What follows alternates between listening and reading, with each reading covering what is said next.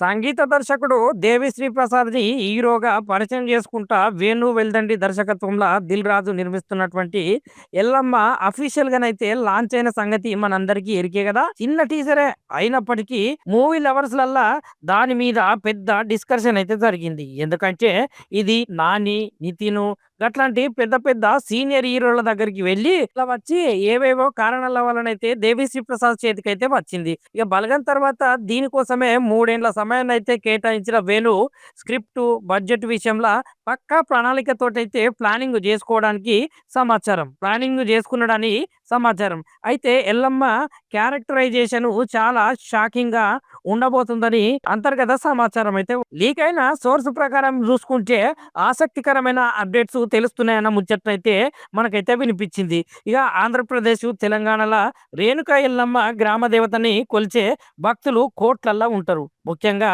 నైజాం ప్రాంతంలో ఎంత చెప్పినా తక్కువే అనే స్థాయిలో పూజలైతే జరుగుతూ ఉంటాయి.